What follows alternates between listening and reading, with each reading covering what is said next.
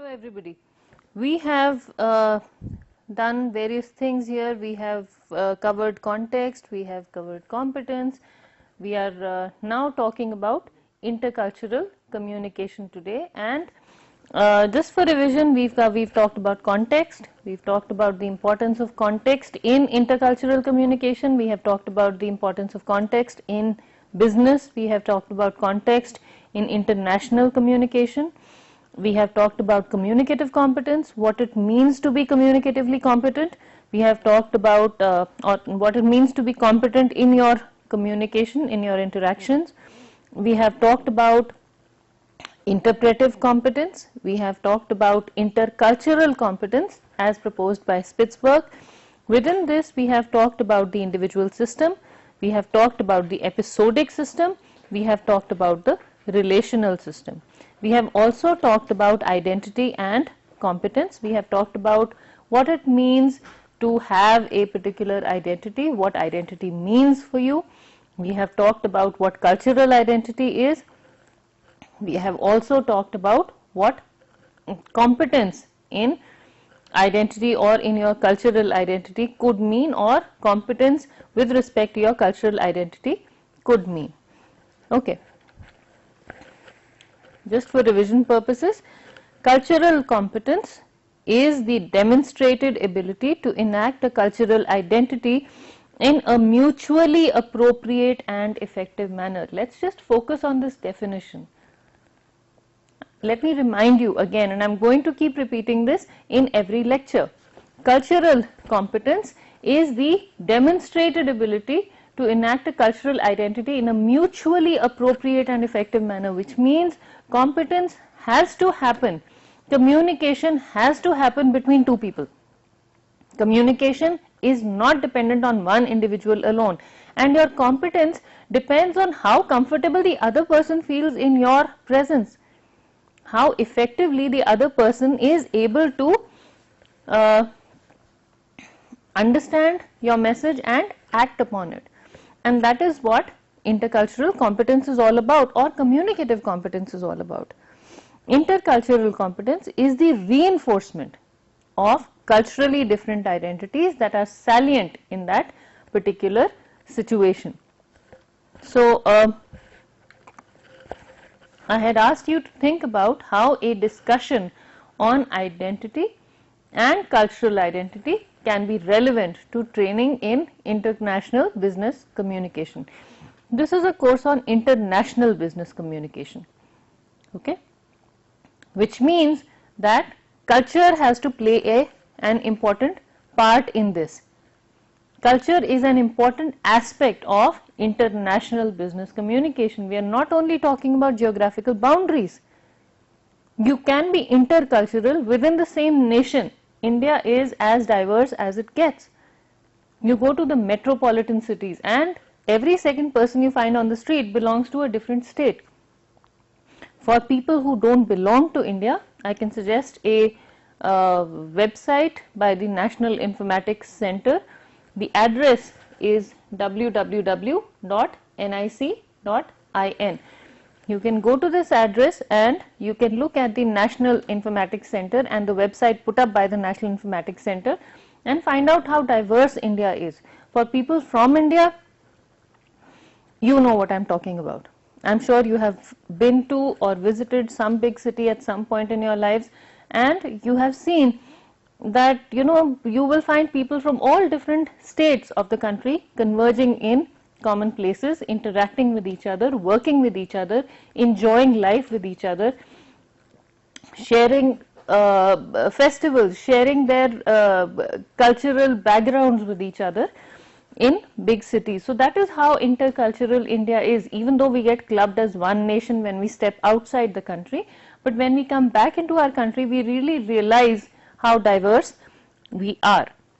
And that is why a training or some kind of input on intercultural communication is extremely relevant for a course in international business communication. Today we will revise culture. I've given you some inputs, few inputs, and we'll focus our attention on this definition. Please read the definition. Let me revise it with you. Porter and Samovar in 1994 came up with, I've been through many definitions, but I found this to be most relevant. So I'll revise the definition with you. According to Porter and Samovar, some of the leading professionals in the area of intercultural communication, the culture is the deposit of knowledge, what we know, the kinds of experiences we share, the kinds of beliefs we have, the kinds of value systems we have, the attitudes, our attitudes towards various things in life, towards various things in our environments, the meanings we assign to different things. Hierarchies, who is senior, who is junior, what should come first, what should come next, who needs to, whose words or whose requests will you follow first, or what gets a higher priority. When we say hierarchies, we also talk about the manner in which we prioritize different things in our lives. So that also comes in. Religion, what we think about our own religion, how we regard our religion in relation to the other religions around us. All those things. Notions of time. Indian standard time versus Indian stretchable time. Okay. Roles. Who am I? When I come here and teach, am I only acting as a teacher?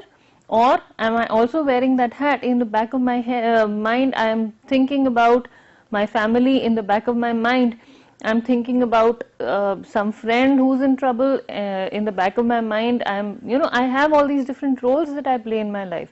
So, am I thinking about those roles when I come here to work? Are they still there, or do I completely disregard those roles and only focus on this lecture? Do I bring in my own experiences in those roles into this, or do I keep them in separate compartments? All those things. Spatial relations. Spatial relations don't have anything to do with outer space. It is about your immediate space. It is about your personal bubble. It is about your personal boundaries. What do we do in India? When we are in a line, if people are standing in a line, if there's some space, we think that if the person is not within, say, 5 or 10 centimeters, within 5 centimeters of another person in the line, there is some problem. So if you are more than 5 centimeters away from the person, then what do the other people do? They come and either politely ask you if you are in line or not, or they just try and squeeze into that 5 centimeter space. So, but in the other countries, some countries say you should maintain a distance 1 arm length between people when you're in a line. So you don't really pile on to each other, and there are various reasons. Nothing is right or wrong, nothing is good or bad, nothing is appropriate or inappropriate. Let's just focus on the definition. It's just that these things are defined by culture. Concepts of the universe. For us, Chanda Mama. The moon is not your mother's brother. But we have, Surya Devta, Chandra Dev, and different people in different religions have different connotations associated with these, and they are also somehow governed by the influence the communities living around us have on us. So all those things. The universe doesn't only mean outer space. Universe also means your physical environment, your celestial environment, material objects and possessions acquired by a group of people. I'm wearing my mother's sari today, so this is being passed down. It's nothing great, but this is something that my mother has worn, so it's very dear to me. The other day, I was talking to somebody and I was wearing a sweater that my mother had knitted for me. For me, it is not something just made of wool that keeps me warm. It is something that I hold very dear to me, because a person who I love dearly has spent so much time and effort into making that thing to make me comfortable. So, that material object has some other meaning for me besides its physical utility. And possessions acquired by a group of people in the course of generations. Piece of land. Many of you could be from agricultural backgrounds. You could have inherited a piece of land. So, the agricultural land is a part of your family. It is not just a resource that gives you a source of living. It is also a part of your family, and when you want to sell that land or house or some possessions that were handed down through generations, you feel uncomfortable about it. Or maybe your when we say group of people, it's just some communities hold some things dear, some religious place, some community center, something that you hold dear as a team, or some personal possession.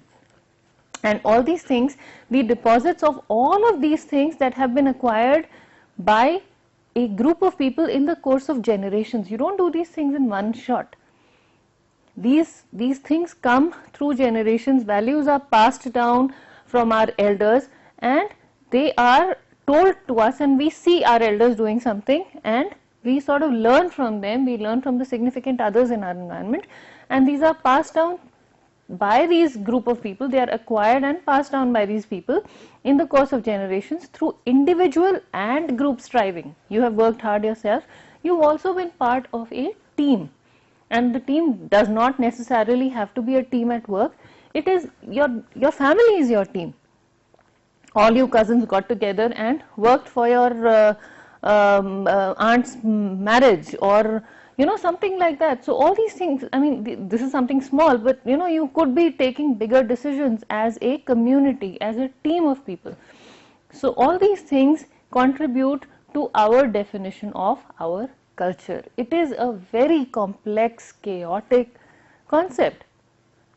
Culture, according to Professor Mary Jane Collier, and I hope she hears this lecture, and one of the best teachers I've ever had, she said that culture is manifested through artifacts, concepts and behaviors. Okay, so we express our culture consciously and subconsciously through the things we have, through what we believe in, and through the manner in which we react or interact with our environment. Various cultural frameworks have been proposed, and several theorists have given these frameworks, and we'll talk about these in detail another time. But Magnuson et al. Wrote a paper in 2008, which is a very, very comprehensive paper on these cultural frameworks, and this is the paper I am referring to, Breaking Through the Cultural Clutter. And this is a comparative assessment of multiple cultural and institutional frameworks by Peter Magnuson, Rick T. Wilson, and I'm sorry I can't pronounce this name, but several others from St. Louis University, Missouri. So this is the paper I'm referring to for a discussion on cultural frameworks. And according to this paper, cultural frameworks have been given by various people. Hofstede, of course, Hofstede study is world renowned, and Hofstede studied IIBM workers in a total of 40 countries, and then Schwartz studied students and teachers in 31 countries. Trompenas studied managers from 54 different countries. According to the Globe study, 50 managers in 58 countries were studied. According to the ID study, Zhu et al. And Gord et al. Studied 45 and 53 countries respectively, and came up with various concepts in different cultural frameworks. And what I have, and of course these concepts relate to various things. They relate to individual concepts, individual ideologies. They also relate to different kinds of ideologies that teams or groups of people or communities follow. And I have attempted to classify these ideologies into various categories, and we will talk about that in just a minute. But again, some revision on the sources of difference, what makes us different, how do we believe in different things, why do we believe in different things, is determined by all of these things that make us different from each other. So we could be different because we could be different on the basis of race, and of course, this list has been compiled after going through the work of Dr. Mary Jane Collier, Pinder Hughes, Martin and Nakayama, and came up with this list, which is by no means comprehensive. Please feel free to add whatever you think can be added to this. But we believe that we are different. because we come from different races, so different racial backgrounds. We believe in different religions, we believe in different ideologies, we could be from different countries, and countries in turn have, each of these categories has a whole lot of background to it. So we could be believing in different ideologies, we could be coming from different countries, we could be from different ethnicities. Please think about the difference between nationality and ethnicity and race. People confuse these things, or they get confused between these three concepts. Ethnicity is the community that you can relate to. For example, I belong to the Punjabi community. Okay, I am an Indian national, but I belong to the Punjabi community. So for my ethnicity, yes, I am an Indian national because of the geographical boundary. But North Indian becomes my ethnicity. Alright, it is a different ethnic group than the South Indians, than the Eastern Indians, than the Northeastern people belonging to the Northeastern states. And ethnicity is a mixture of race and nationality and community. So that defines who we are, what we believe in. Appearance. I am tall by some standards. When I come to Eastern India, I am considered tall. When I go to Punjab, I was one of the shortest in my class with my 5'6" height.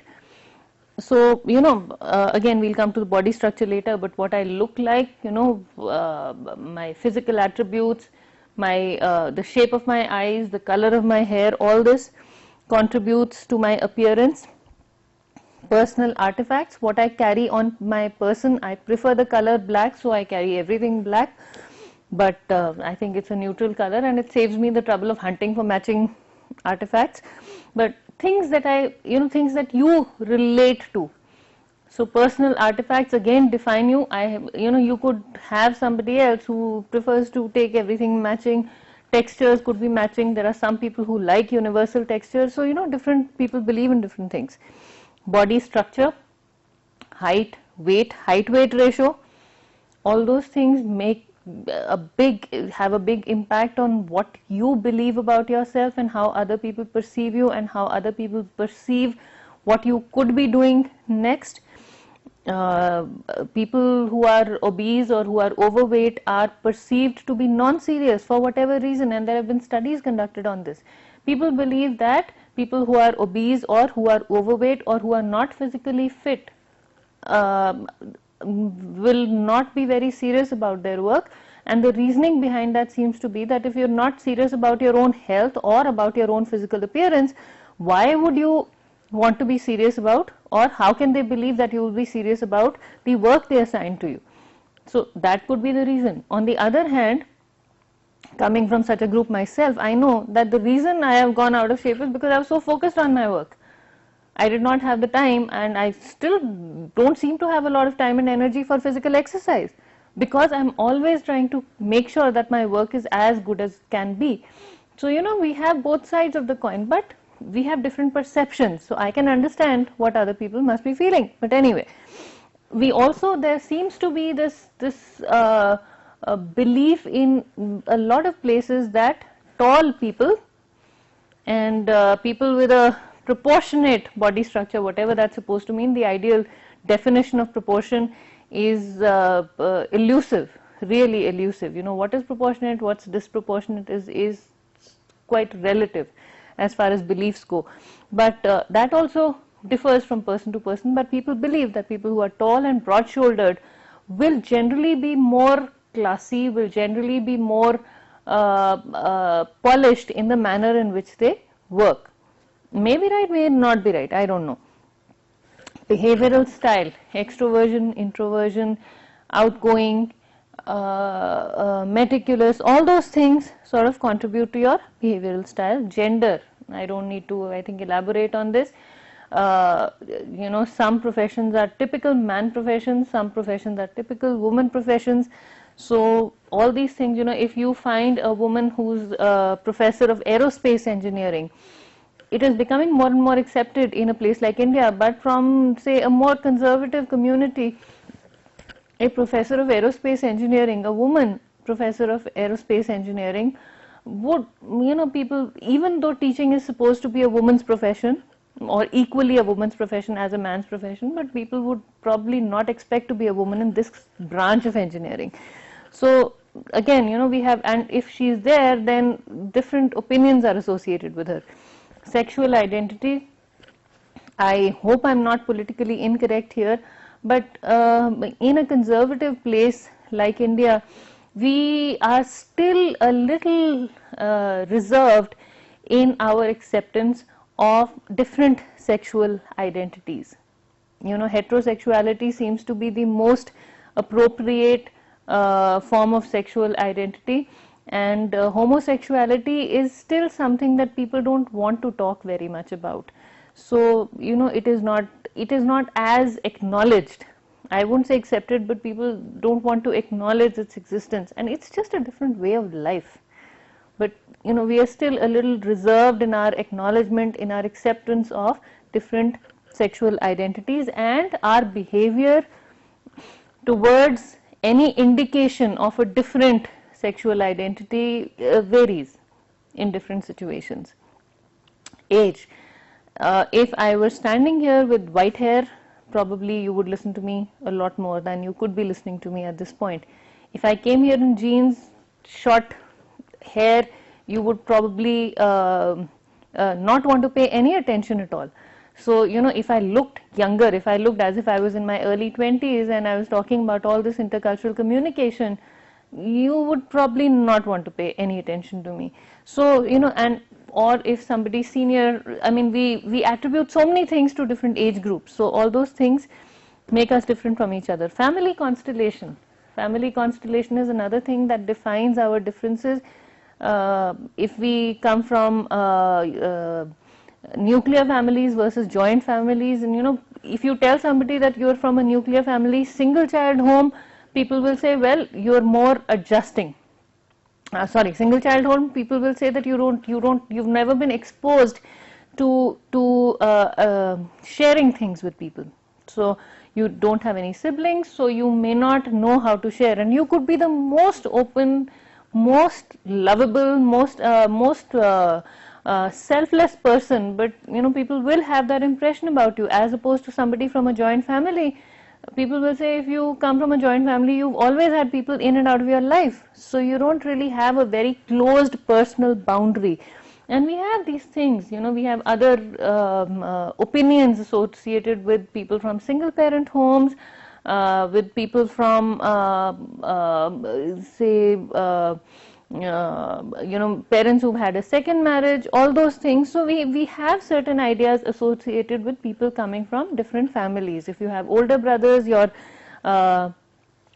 order of siblings, where do you stand? If you're the youngest one, you could be the most pampered one. If you're the oldest one, you are perceived to be a little more responsible than the youngest member of the family. So all those things come in. Socioeconomic status, of course, this makes us very different from each other. This defines what we could and could not have had. This defines what kinds of people we were exposed to, what kinds of situations we could have been exposed to, and that in turn defines how we interact with people and how people react to us or how people interact with us. Educational qualifications and system. I'll just give you some food for thought. Qualifications, yes, people with higher degrees are regarded to be a little more knowledgeable, even though somebody, your local vegetable seller could be a better salesperson, could be a better manager than you with an MBA degree, but that person does not even have a school certificate. All this person can do is maybe do some basic calculations, but he could be managing his farm, he could be managing his family, he could be running a small business, all those things. But we feel that a person with an MBA from a reputed business school will be a better manager. So all those things, plus the system of education. State boards versus central boards, ICSE versus CBSE, the opinions have changed since I was in school. Indian degrees versus foreign degrees, IITs versus local colleges, all those things will make a difference to how you are perceived by the environment and how the environment reacts to you or interacts with you. And we must never forget that we are always talking about the impact our interactions or impact our signals have on the people in our environments. Professional and personal experiences. If I were to tell you that I was born and raised in Dharamshala town of Himachal Pradesh, and I have never stepped out, and the first thing I did my PhD also sitting in Dharamshala, and then I decided I was accepted at IIT Kharagpur as a faculty in intercultural and international communication. How much attention would you pay to me if I were to tell you that I had never moved out of this tiny little town in Himachal Pradesh? I could be the best person on the topic, but if I told you that, you would probably not be listening to me. If I told you, no, I've lived in several different cities in the country, and I have been out and I have been exposed to different cultures, and I have also been trained in this intercultural communication, probably the impact my teaching would have would be a little more than it would be if I told you that, you know, this is my personal experience. I've never met anyone from outside Dharamshala, but I'm going to tell you what intercultural communication is and how to be competent. Would you believe me? Probably not. So, you know, professional experiences, what organization I've worked for, who have I been in touch with, which schools I went to, all those things will contribute to the manner in which my environment responds to me.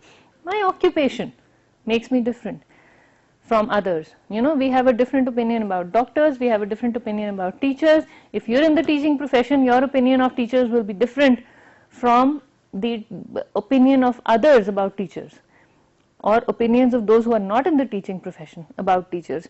So all these things make us different, and this list is by no means exhaustive. You could add tons and tons and tons of things to this list. But anyway, these are the things that make us different, and these are the things that in turn govern what I'm going to talk about next, the socio-ideological differences. Please read through this list. And we'll take a little while to discuss this.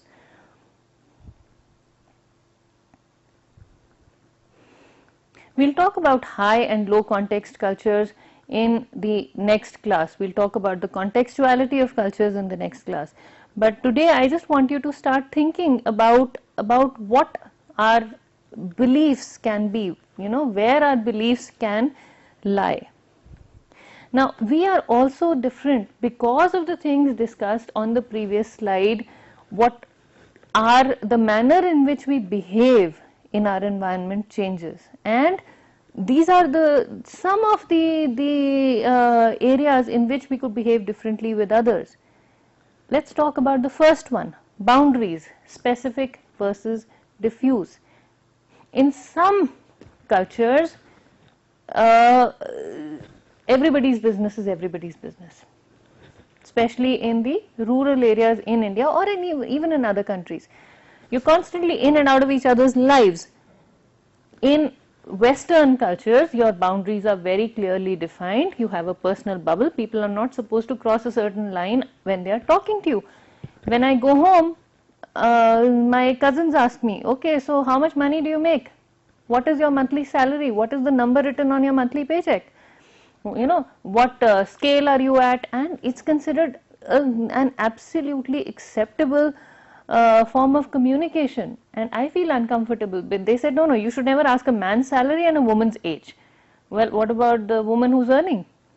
So I feel uncomfortable, but here I cannot say anything because it's everybody's business. I can, of course, you know, change the question a little bit. But when you're abroad or in the Western countries, it is not appropriate for you to ask such things. Even the family members cannot ask you such things. They feel that it's too much of an invasion into your privacy. You know, here anyone can. The physical boundaries are open. When we say diffuse, there are little holes in our boundaries. So, for example, this is you, and in a closed community, your personal bubble would be probably very large, you know, depending on where you are. In a Western country, this is your personal bubble, and this space is reserved for your friends or immediate family, and this space right here in the center is your own space. This is your space. Nobody can enter this space, not even your family. And the space between the black line and the green line is for your immediate family and maybe one or two close friends, and the rest of the world is not supposed to cross this boundary over here. Okay, so all this is tightly closed, and anyone who tries to close it, get into it, is sort of told to stay out. Mind your own business. MYOB is what my brother sometimes tells me. Okay, now in a country like India, what do? You have, this is you over here, or I'll take another sheet of paper here. So this is you, okay, and you cannot have a personal boundary. So your personal boundary looks something like this. Maybe some areas nobody is allowed to enter. Okay, and then your boundary with your friends or with your immediate family could be, something little more like this, but still there are big gaping holes in this. So all this is there, and the rest of the world can ask you about certain things. Now when you put these two things side by side, you will see what a difference this is. Alright, so you will see that here, this is probably more clear. Okay, so your boundaries, when we say diffuse, there is entry here. Anyone can sort of go in here. People can get in, they can ask you personal things. If they can filter through your family, then they can really reach you, the core of you, and you have to open your heart out. But in some places, this is the barrier that sort of, keeps everybody out, and you have a personal barrier also, or I won't call it a barrier, but it's your personal bubble and you don't want it punctured, no matter what. So that is what we mean by boundaries. It is more of an ideology, it is more of a belief. What kind of information do I want people to know about me? It is my information about my family or about my own self, and there are some specific boundaries, well-defined boundaries, as in this case, or diffuse boundaries, porous boundaries where things can go out and come in. Okay, next thing on the list is universalism versus particularism. When we talk about universalism, we talk about the universally applicable rules and regulations for people, and particularism is about paying individual attention or relative regard to different situations that people are coming from. For example, in the West, I know a little bit about the US, and people in the US, if you're listening to me, please correct me if I'm wrong, you're welcome to write to me. But what I felt was that the rules are common. One rule is applicable to everybody. If you're supposed to take time off during Christmas and New Year, whether you believe in Christmas, whether you're a Christian or not, it is sacred. I mean, that time between Christmas and New Year is sacred. Everybody is supposed to celebrate Christmas. Everybody gets the time off, whether you want to work or not. It's hard for you to do it, especially if you're part of an organization. Same for Thanksgiving. Everybody wants to celebrate Thanksgiving, and that's fine. It's a different thing. Now, in India, we have a system, in the government organizations especially, because of the diversity of people, we have a system of restricted holidays. So everybody is given a list of, say, maybe 15-16 holidays, and I'm not too sure about the number, but you're given a list of holidays, and you pick any two that suit your cultural background most. So if I'm a Hindu and I want to take time off on, say, Bhai Dooj, which is the day on which brothers and sisters celebrate their relationship, I can take that day off. I'm not sure, I could be wrong about the examples, I'm sorry, but stuff like that. So, but if I don't believe in Bhai Dooj or Rakhi, I may not need to take that day off. So, you know, I get to choose which of the two fit my needs best. I come to the office dressed in a sari, very acceptable. I come to the office dressed in formal western clothes, perfectly acceptable. I come to the office dressed in a very nice formal salwar kameez, chudidar, perfectly acceptable. What happens in the real corporate West? Now, you know, I'm not talking about the Indian multinational companies, but I'm talking about the purely Indian family run businesses. You have a dress code, and I heard in some country, I forget which country it was, Sikh students were asked to remove their turbans, or just because the country did not believe in a certain aspect of female of a religious direction or a religious belief for women, they asked women to remove their hijabs, which is I I did not think that was very culturally appropriate, and I'm sorry if I'm hurting the sentiments of anyone, but you know, that is what universalism is. Maybe the country believed that everybody should be on the same level, and that's perfectly fine. And in some other countries, we prefer to give people the liberty to go up to a certain extent. Of course, you know, if some community believes that they can hurt another person, they can, you know, invade into another person's boundary, we will obviously not allow it. But in some cultures, we believe that we need to give some special consideration for some special cases. And again, that is very relative. Nothing is right or wrong, nothing is good or bad. It is all very relative. But we have different communities that believe in different things. Affective versus neutral. So, you know, affective refers to the expression of emotions. Some cultures encourage the expression of emotions in formal settings, other cultures do not encourage it. Other cultures believe that you should compartmentalize what you are doing, where you are coming from. Next thing is status, achievement versus ascription, or does versus is. What do we believe in India? When we ask somebody, what do we want to know? You know, if we are coming from a slightly traditional background, who are you? Who are you is not what you have done with your life. Who are you means which state are you from, which community you are from, what do your parents do. It's not inappropriate to ask somebody what their parents do. It's not appropriate to ask somebody what their family background is like. You want to know everybody's family background so you can put them in a different slot. So you are, you know, does achievement versus ascription. Achievement is what I as Aradhana Malik have achieved in my professional life.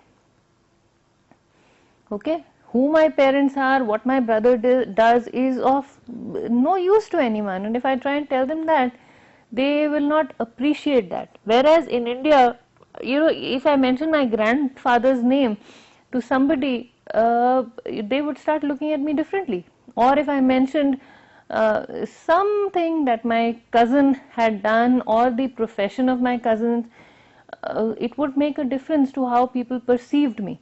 So, you know, it is the ascription. Of course, my achievements would count, but it's also who I am. Where are my roots? And it's not only in India, it's in several other countries this is the case. And in the purely Western countries, and I don't know what is right or wrong. I frankly do not know how to classify these things. I'm just telling you about the different things that are there. You know, if you make a mistake and you are able to overcome that failure, or if you are able to correct that mistake, your mistake is forgotten. It doesn't live with you for the rest of your life. Whereas in other cultures, you know, what happened to you because of a mistake you made, or what happened to you because of a mistake your family made, or what happened to the environment because of a mistake that the family made, stays with you for as long as you live.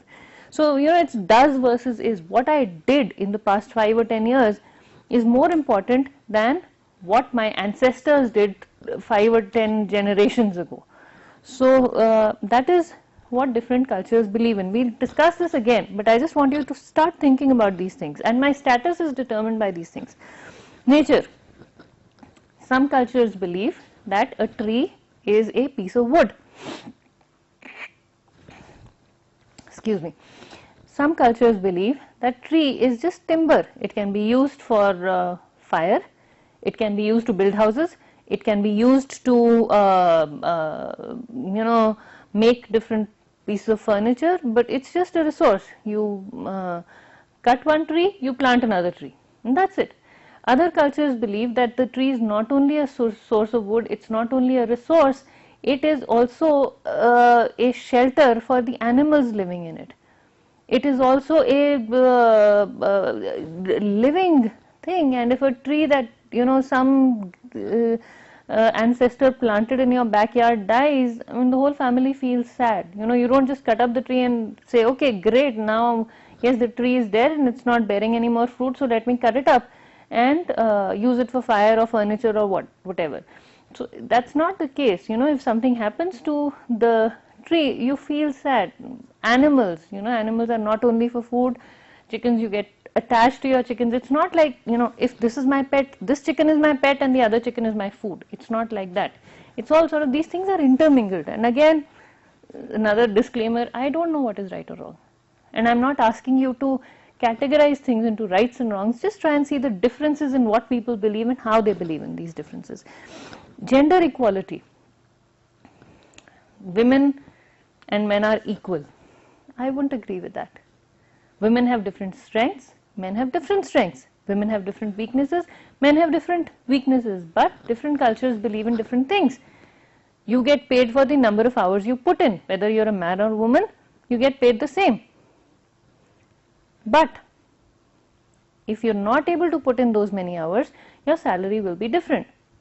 And in other cultures we believe, okay, if you're a woman, you could be marrying, you could be having children, you could need to take time off, but if the value of your contribution is the same, if you have contributed, we give you that leeway. Some cultures give you that leeway of taking time off. If you're a man, you're not supposed to, you'll be treated at the same level, and that is not, I don't know if that's not what other cultures believe in. Some cultures like to treat people differently because of their strengths. This is also very closely tied to universalism and particularism.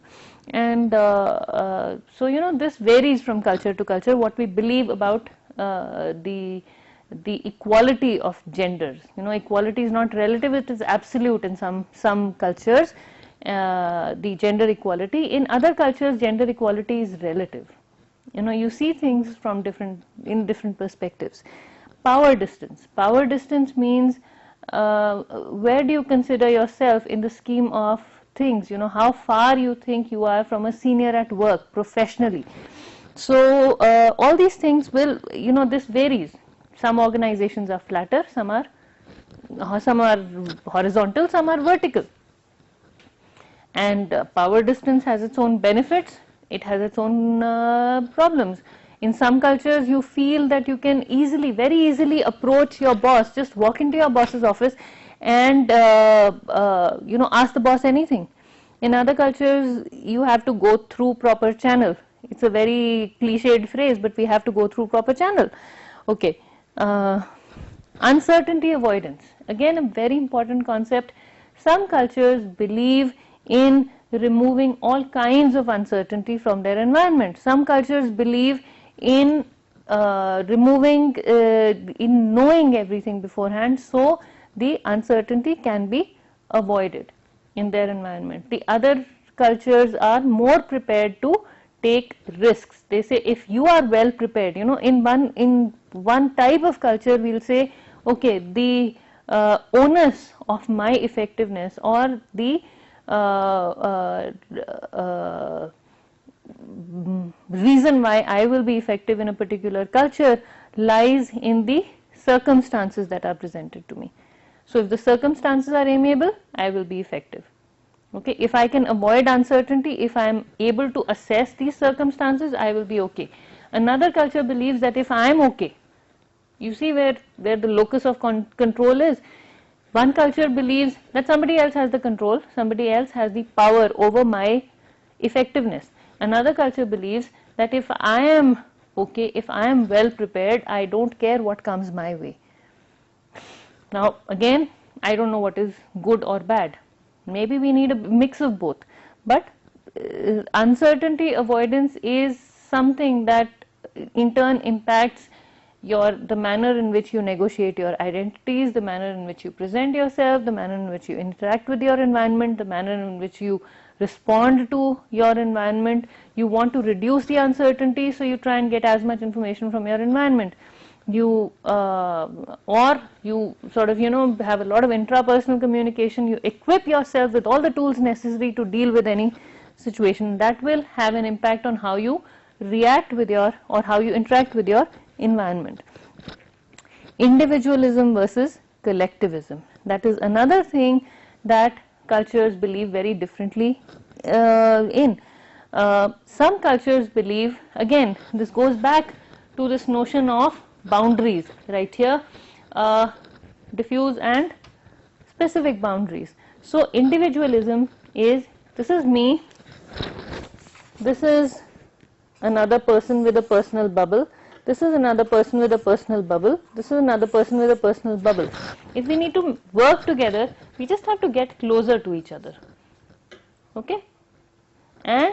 But our personal bubbles will remain the same. Maybe I need to create an opening right here, okay? Maybe I need to create an opening only for that amount of time. One more opening here that is suited to this person's opening, one more opening here that is suited to this person's opening. I finish the job, I close my boundary, okay? So this is individualism. I still maintain this core with me. Now when I talk about collectivism, what happens is, this is another person, okay? So this is their boundary, this is the third person's boundary, this is the fourth person's boundary. And when we want to work together, we come together and we are all part of this system. So a lot of things are coming in and going out of each other's lives over here. So this system is impacting the manner in how close we get to each other, what comes in and goes out of our lives, and the system is also determining how well we function. And just to give you a little more explanation on this, here we say that our boundaries are a function of the system that we are in, and if we take care of the system will take care of us. That is what we believe when we talk about a collectivist attitude. If I depend on the system, I am part of this larger system. So if I contribute my share to the system will take care of me. I am who I am in relation to the system. My identity is defined by my position in the system. Individualism is, I am who I am because of whatever I have achieved. These things are related. We are talking about achievement versus ascription. We are talking about boundaries. We are talking about universalism and particularism. You may say, okay, well, in particularism you said that we respect individual differences. Yes, we do. We don't forget individual identities in collectivism. But we also believe that these individual identities contribute to a larger system when we talk about collectivism. Whereas in universalism, individualism is what is more respected. You have your own universal boundaries. You define your boundaries because of the general rules that the environment has laid down for everybody. You won't be allowed to define your boundaries differently than the others. So everybody has a similar category of boundary, and beyond that boundary, if I don't ask about somebody's salary, I don't ask about anyone's salary. Not my sisters, not my brothers, not my cousins, nobody's salary. If I ask about salaries, I ask about everybody's salaries. So those definitions are very clear. So this is another concept that one must think of. When we say individualism, the rules are universal for everybody. The rules are standard for everybody, and we sort of define our boundaries according to those rules. And once we define our boundaries, we're stuck with them. They're like these tight, closed, watertight compartments. Okay. The next concept here is masculinity and femininity. What do men do? The roles of men and women. what is considered masculine, what is considered feminine is defined very differently in different cultures, and this in turn has an impact on the manner in which people in different cultures interact with each other. Some of their actions are feminine, some of their actions are masculine. What is defined as masculine, what is defined as feminine, where do you draw the line, where do you talk about gender equality, differs from culture to culture. And this is something that I want you all to think about also. What is your definition? Where do you define all these things in relation to who you are? Then long-term versus short-term goals. And I'm sorry, there's a spelling mistake. There's a double L here, and you can remove that. I'm sorry, this oversight. Some cultures believe in defining long-term goals. Some cultures believe in having long-term goals. They feel that we don't care what the short-term goals are, we don't care what is achieved in the short term. As long as we are able to achieve what we set out to achieve in maybe 5 years or 10 years or at the end of a particular period, it's fine. Other cultures believe that if you keep achieving short-term goals perfectly, then your life will be simple, because if the short-term goals are met as perfectly as you thought they could be met, then nothing can stop you from meeting the larger long-term goal. Now, I think I've confused you enough, and today we focused only on the slides, and these slides can be quite confusing for somebody who's reading this for the first time. So please read these slides, and I want you to think about some things, and we will discuss this again. I'll repeat this in the next lecture, but I just wanted to introduce you to these concepts. I want you to think about the ideologies you follow. Who are you? What are you thinking about? What do you believe in? Why do you believe in? And why and how do these beliefs help you lead your life? Why and how do these beliefs help you become effective in some situations? What else do you need to believe in, or what else do you need to change about the manner in which you interact with different environments? What could the other people be believing in?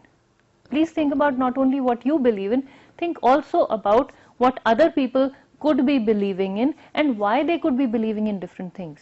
Why do we have these different notions of universalism and particularism? Why do different cultures have specific boundaries? Why do different cultures have diffuse boundaries? What could be the reasons for those? Little hint here is you could look at anthropological data, you could look at historical data. So all that could help you define these things. The other thing I want you to start thinking about is that can you as an individual identify with only one culture? Can you honestly say that you belong only to this particular culture and none other? Just think about these things and come prepared for the next lecture, and we can talk about these things a little more in the next lecture. Thank you.